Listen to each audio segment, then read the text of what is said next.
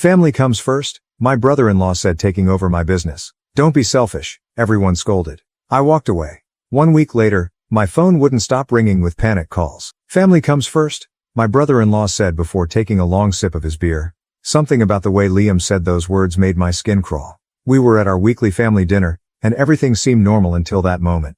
The way he stared at me over his glass, the slight smirk, I should have known then that something was off. I built my business from nothing over 8 years. Started in my garage, worked 80-hour weeks, missed vacations, the whole story. Now we had offices downtown, a solid client base, and 20 employees who depended on me. I was proud of what we'd created, but I never bragged about it at family gatherings. That was our unspoken rule. Keep business talk light. But Liam kept steering the conversation back to my company. How many clients did you say you had now? And they're all long-term contracts, right? The question seemed innocent enough, but there was something hungry in his eyes that made me uncomfortable. My wife Savannah noticed too. Under the table, she squeezed my knee, our silent signal when something felt off. We'd been married for 12 years, and she knew her brother better than anyone. If she was concerned, that meant something. Just doing well enough to keep the lights on. I deflected, reaching for the potatoes. How's your venture going? The one with the startups? Liam's smile tightened. Market's tough right now. But that's why family's so important, right? We help each other through the rough patches. The conversation moved on. But that night, driving home, Savannah was quiet. He's struggling, she finally said. Mom told me his company's in trouble. Really bad trouble. I nodded, keeping my eyes on the road. I figured something was up. His questions weren't exactly subtle. Miles, she hesitated. He might ask you for help. Would you consider it? And there it was. The request hadn't come yet, but it was coming.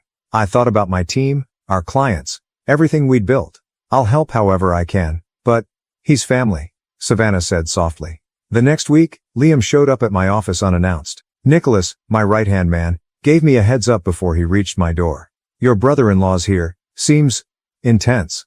Liam burst in before I could respond, all smiles and energy. Miles, just in the neighborhood. Thought I'd stop by. This place is impressive, man. Really impressive. He walked around my office, touching things, picking up the awards on my shelf. You know, I've been thinking.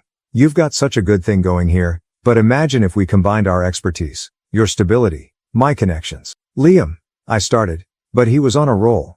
No, hear me out. I've got investors ready to take things to the next level. We could triple your client base in 6 months.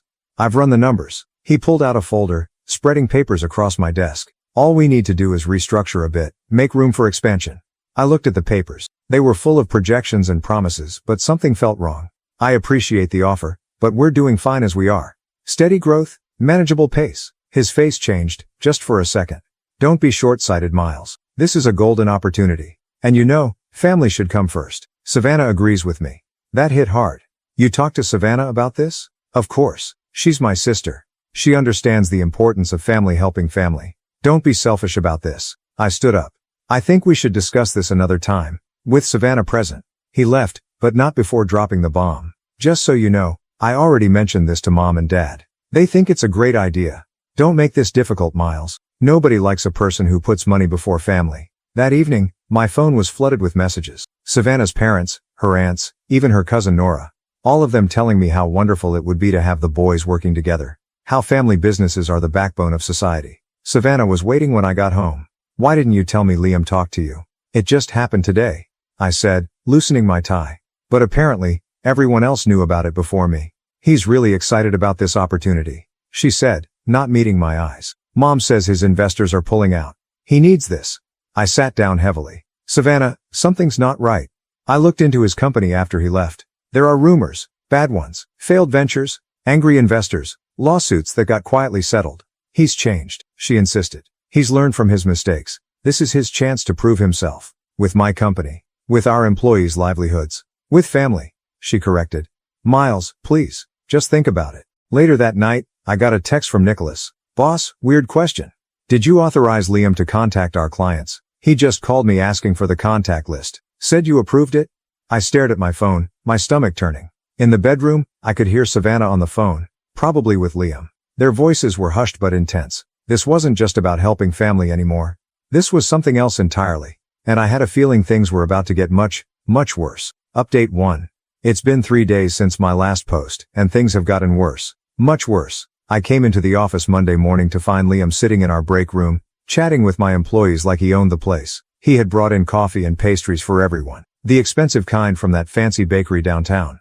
The thing about Liam is that he can be incredibly charming when he wants to be. He has this way of making people feel special, like they're the only person in the room. I watched from my office as he went from desk to desk, learning names, asking about families, sharing jokes. Nicholas pulled me aside as soon as I arrived. He's been here since 7 a.m., telling everyone about the exciting changes coming to the company. Miles, people are talking? They're worried about their jobs. Before I could respond, Liam spotted me. Miles, great, you're here? I was just telling everyone about our expansion plans. The team seems really excited about the possibilities. I kept my voice level, conscious of all the eyes on us. Liam, we need to talk. In private? In my office, his friendly demeanor dropped slightly. Look, I'm trying to make this easier for everyone. Change is scary, but if the team sees us working together, there is no us. I cut in. This is my company. I haven't agreed to anything. He leaned back, something cold flickering in his eyes. Funny thing about that. I had lunch with Zane yesterday. My stomach dropped. Zane was our biggest client. He seemed very interested in my ideas for modernizing our approach, especially when I mentioned the investment backing we have lined up. Liam smiled. He's an old golf buddy of my father's. Did you know that? The implied threat was clear. I gripped the edge of my desk. Get out. Don't be hasty, he said, standing. Family dinner tonight at Mom and Dad's. We can discuss everything then. Bring Savannah. She's been very helpful in seeing the bigger picture. The day was a mess. Rumors spread through the office like wildfire. I overheard snippets. Complete restructuring. Outside investment. New management team. By lunch, 3 employees asked me directly about their job security. I tried calling Savannah, but she was avoiding my calls. Finally, she texted, "Please just come to dinner. Everyone wants to help figure this out." The family dinner was an ambush. Not just Savannah's parents, but her aunts, uncles, cousins, even Nora, who usually stayed out of family drama. They were all there, ready to convince me how wonderful this opportunity was. Miles, honey, my mother-in-law started. We're all here because we care. Liam has shown us the numbers. This could be amazing for everyone. He's got investors ready. My father-in-law added. Real heavy hitters. But they need answers soon. I looked at Savannah, but she was staring at her plate. Has anyone actually met these investors? I asked. Seen proof of their commitment? Are you calling your brother-in-law a liar? Savannah's aunt gasped. I'm asking basic business questions, I said. The same questions I'd ask anyone proposing to take over my company. Take over. Liam laughed, but it didn't reach his eyes. This is a partnership, Miles. Though, speaking of questions, some of your clients have been asking interesting ones. About stability. About future planning. Nora spoke up suddenly. Liam, are you threatening him? Of course not. I'm pointing out that clients prefer companies with solid backing and clear succession plans. Miles is being offered a fantastic opportunity, and he's letting paranoia cloud his judgment. The conversation devolved from there. Everyone talking over each other, telling me how selfish I was being, how family has to stick together. Only Nora stayed quiet, watching Liam with an odd expression. Finally, Savannah stood up. Miles, please, just sign the preliminary agreement. Show some good faith. We can work out the details later. I stared at her. This woman I'd loved for 12 years. You want me to sign over my company based on vague promises and emotional manipulation? I want you to help my brother, she shouted. Why is that so hard? The room went silent. I stood up slowly. I'm going home. Savannah, you can come with me now, or what? Liam cut in. You'll what, Miles? Make her choose? Between her husband and her family? I looked around the room, at all these people who claimed to care about me, who were willing to destroy everything I'd built because family comes first. Then I walked out. Driving home, my phone buzzed. A text from Nicholas. Boss, we need to talk. It's about Liam. And Zane. And some other things you really need to know. Another buzz. Nora. Don't sign anything. I'm looking into something from Liam's past. Give me 24 hours. Final buzz. Savannah. I'm staying at my parents' tonight. I can't believe you'd walk out on family like this. I pulled into our empty driveway, my mind racing. Tomorrow would be crucial.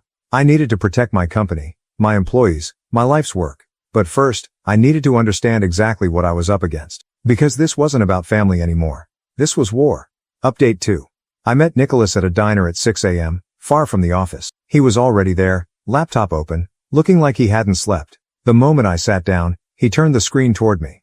Remember when you asked about those investors Liam kept mentioning? He pulled up a series of emails. There aren't any. Well, not anymore. They pulled out of his company 3 months ago. Everything he's been saying about backing and expansion. It's all smoke. I skimmed the emails, my coffee getting cold. How did you get these? Nora, he said. Turns out one of the investors was her ex. When she heard Liam's pitch at dinner, something felt off. She made some calls. The documents showed worse than we thought. Liam's company wasn't just struggling. It was a sinking ship. He'd burned through millions in investor money with nothing to show for it. But that wasn't even the worst part. He's been meeting with Zane, Nicholas continued, promising him huge discounts if he helps pressure you out. He's doing the same with other clients, trading on your reputation while setting up to gut the company. My phone buzzed. Savannah, Mom and Dad want to host another family meeting tonight. Please come. We can fix this. I put the phone away. What about the employees? Nicholas shifted uncomfortably. He's been making promises. Big ones. Told Kelly he'd double her salary. Offered Mark that promotion he's been wanting. But, he pulled up another document. Look at his company's payroll history. Late payments, bounced checks. Some employees went months without pay before quitting. The bell above the diner door chimed. Nora walked in, carrying a thick folder. She looked exhausted but determined. Good, you're both here, she said, sliding into the booth. It's worse than we thought. This isn't the first time Liam's tried this. She spread out papers across the table. 3 other companies, all successful small businesses, all approached by Liam during financial difficulties, all eventually bankrupted after he gained control. He finds stable businesses, usually through family or close friends, Nora explained. Uses personal connections to pressure his way in. Makes big promises, then strips everything valuable and moves on. The lawsuits get settled quietly because no one wants family drama public. Does Savannah know? I asked. Nora's expression softened. She doesn't want to know. None of them do. It's easier to believe he's just trying to help family. My phone kept buzzing. Messages from the in-laws, from Savannah, even from Liam himself. All saying the same thing. Family comes first. Don't be difficult. Think of Savannah. I turned the phone off. What's our next move? Nicholas asked. First, we document everything, I said. Every email, every promise, every threat. Then we talk to Zane. Show him what's really happening. And then, the diner door chimed again. Savannah stood there, looking lost. She walked to our table slowly, staring at the papers spread out before us. Is it true? She asked quietly. All of it. Sit down, Nora said gently. You need to see this. For the next hour, we showed her everything. The failed companies, the burned investors, the bounced checks, every lie, every manipulation. She didn't speak, just read document after document, her hands shaking slightly. Finally, she looked up at me. I'm so sorry. I should have. Don't, I said. Just, what do you want to do now? Before she could answer, my office number rang. Nicholas answered, his face going pale. They're in the office. Liam and your father-in-law. They're telling everyone they're taking over management, effective immediately. They're trying to access the servers. I stood up. Call building security. Lock everything down. Now. Miles! Savannah grabbed my arm. Let me come with you. I need to face him too. The drive to the office was tense. More messages flooded in, employees confused and worried, clients asking what was happening. But now we had proof. Now we had the truth. You know this means walking away from them, I told Savannah. Your parents, the whole family. She squeezed my hand. No. It means stopping them from hurting anyone else. Family comes first. Fine. But real family doesn't destroy each other for profit.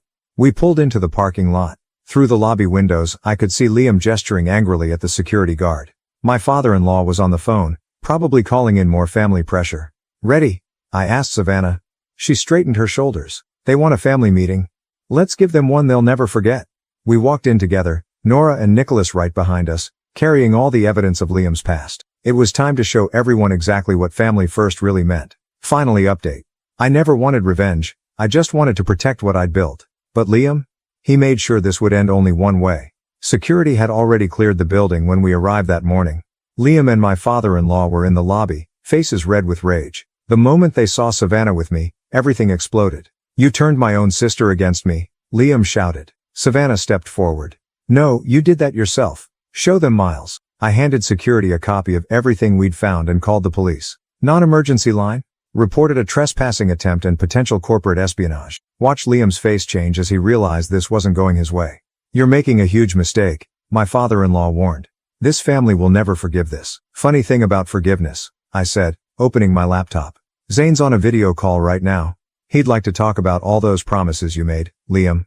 Zane's face appeared on the screen, along with 3 other major clients. All of them had received Liam's proposals. All of them had recordings of his promises, his plans to strip my company for parts.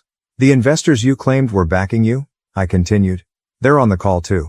They're very interested in where their previous investment went. That's when Liam tried to run. Security stopped him.